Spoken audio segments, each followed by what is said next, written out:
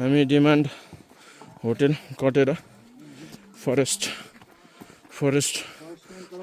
Camp साइडतिर जाँदैछौँ तर्फतिर। अलिकति उकालो ओह्रालो गर्दा टाइम लाग्ला। हामी 8 जना छौँ, 2 जना छुट्टै हामी 4 जना गऱ्यो। 8 जना बाटोमा जाँदैछौँ। कोही टिमहरू बिचमा क्याम्पमा बसे।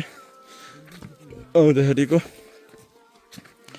F1 भ्यूतिर पोइन्ट साइडतिर उनीहरू रेस्ट बसेको।